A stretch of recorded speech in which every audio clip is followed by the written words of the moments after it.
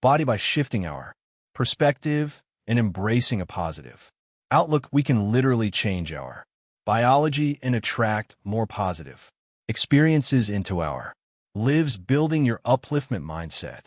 Tips for embracing the flow. So how do you cultivate this mindset of upliftment? Here are a few tips. 1. Reframe challenges instead of seeing obstacles as roadblocks. View them as opportunities for growth and learning. 2. Practice gratitude. Focus on the good things in your life, even when things are tough. This helps shift your perspective and attract more positivity. 3. Trust the universe. Have faith that everything is happening for a reason, even if you don't understand it in the moment. 4. Embrace change. Be open to new experiences and opportunities. Don't resist change. Embrace it as a catalyst for growth. 5. Cultivate resilience. Develop your ability to bounce back from setbacks. Remember, what doesn't kill you makes you stronger. 6. Connect with your purpose. Align your actions with your values and passions. This will give your life meaning and direction. Remember, being uplifted at every turn isn't about denying the existence of challenges or pretending that everything is always perfect. It's about choosing to see the good in every situation, trusting in the universe's plan, and embracing the journey of growth and transformation. So go forth and embrace the stoic path of alignment. Trust that you're being guided towards your highest good and watch as the universe unfolds its magic in your life. Lesson 4. Where do your desires come from? A stoic exploration of inner yearnings. Hey there, fellow seekers. Today, we're diving deep into a question that's both personal and universal. Where do our desires come from? Are they just fleeting whims, or do they hold deeper meaning? This isn't just about figuring out what you want for dinner. It's about understanding the forces that shape our motivations, goals, and ultimately our lives. The Stoic perspective: desires as guides, not dictators. The Stoics didn't view desires as inherently good or bad. They saw them as natural impulses that can either lead us astray or guide us towards virtue. Seneca, the Stoic philosopher and statesman, said, "It is not the man who has too little, but the man who craves more that is poor." This means that our desires can become a source of suffering if we cling to them too tightly or pursue them blindly. But the Stoics also recognized that desires can be powerful motivators for growth and self-improvement. Marcus Aurelius, the Stoic emperor philosopher, wrote, "Our actions may be impeded, but there can be no impeding our intentions or dispositions, because we can accommodate and adapt. The mind adapts and converts to its own purposes. The obstacle to our acting." This means that we can use our desires as fuel for action as long as we're mindful of our intentions and adaptable to changing circumstances. The nature versus nurture debate: where do desires originate? So where do these desires come from? Are they hardwired into our DNA, shaped by our environment, or something else entirely? This question has been debated by philosophers and scientists for centuries. Some argue that our desires are primarily biological, driven by our need for survival, reproduction, and pleasure. Others believe that our desires are shaped by our upbringing, culture, and social conditioning. We're bombarded with messages about what we should want, from the latest gadgets to the perfect body. But there's also a growing body of evidence suggesting that our desires are not just biological or social constructs. They may also be rooted in something deeper, something spiritual, or even universal. Carl Jung, the Swiss psychiatrist and psychoanalyst, called this the collective unconscious, a shared reservoir of archetypes and symbols that influence our thoughts, feelings, and desires. Real-world desires, from career aspirations to spiritual yearnings. Our desires can range from the mundane to the profound. We may desire a fulfilling career, a loving relationship, financial security, good health, or spiritual. Enlightenment, some desires may seem superficial, while others may feel like a calling from our soul. The key is to approach our desires with curiosity and discernment. Ask yourself, where is this desire coming from? Is it aligned with my values? Will it truly bring me lasting happiness? By understanding the roots of our desires, we can make more conscious choices about which ones to pursue and which ones to let go. Of the Stoic approach, aligning desires with virtue. The Stoics believe that the key to a fulfilling life is to align our desires with virtue. This means choosing desires that are in harmony with reason, nature, and the greater good. It also means letting go of desires that are harmful, excessive, or based on false beliefs. This doesn't mean suppressing our desires or denying our human nature. It means channeling our desires in a way that leads to personal growth, meaningful relationships, and a positive impact on the world. Building your desire compass tips for navigating your inner world. So how do you navigate the complex landscape of your desires? Here are a few tips. 1. Self-reflection. Take time to reflect on your desires. What do you truly want? What motivates you? What makes you feel alive? 2. Examine your values. What principles are important to you? What kind of person do you want to be? 3. Challenge your assumptions. Are your desires based on realistic expectations? Are they aligned with your values? 4. Practice mindfulness. Pay attention to the thoughts and emotions that arise when you experience desire. Are they helpful or harmful? 5. Seek wisdom.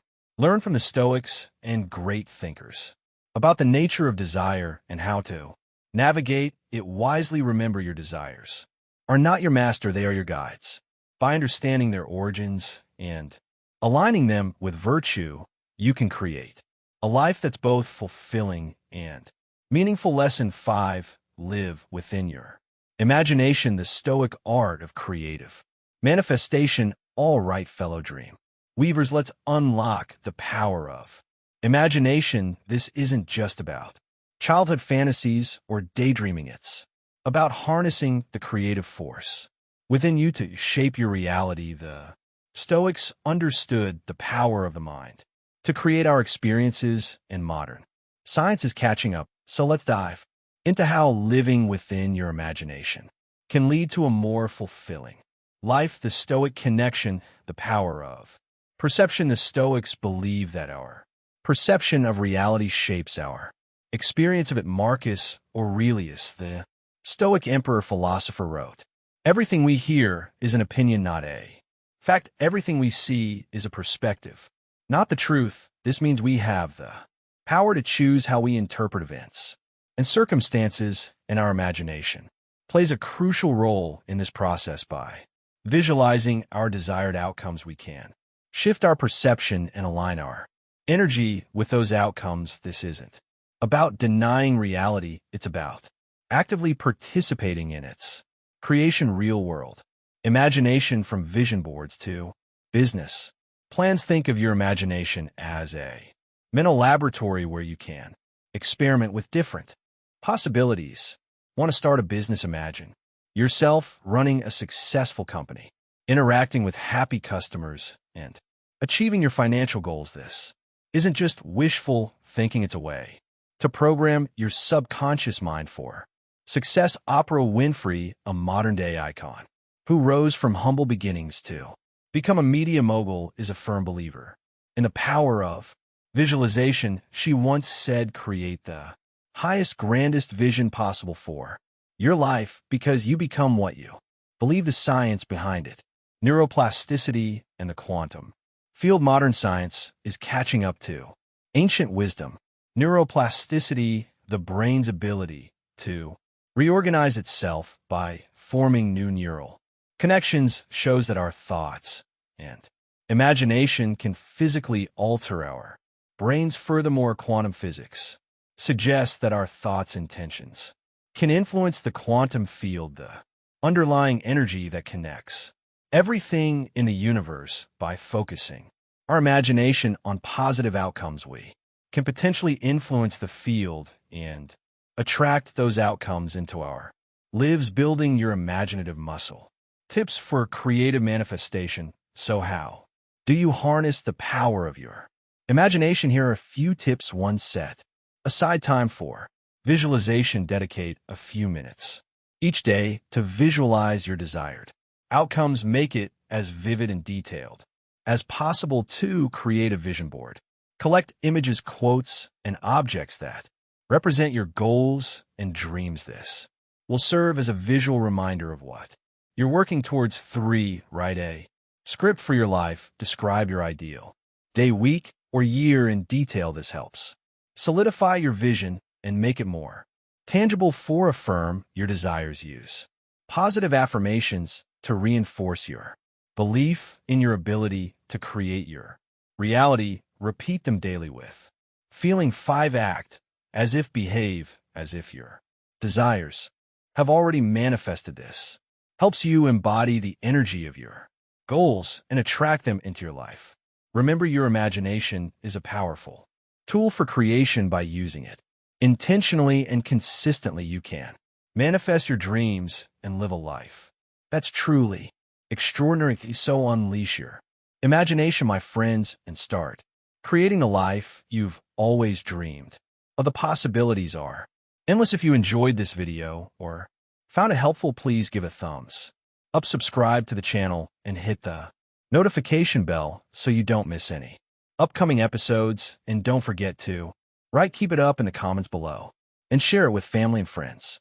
Thank you so much for your support. Lesson 6. Finding peace. Letting go and trusting the divine flow. Hey there, my peaceful warriors. In this lesson, we're diving deep into the heart of Stoicism and the law of attraction to explore two interconnected concepts: finding inner peace and releasing negative blocks to trust in the abundant flow of the universe. This isn't just about positive thinking or wishful dreaming. It's about aligning your energy with your deepest desires and allowing the universe to orchestrate its magic. The Stoic perspective: tranquility and acceptance in the divine order.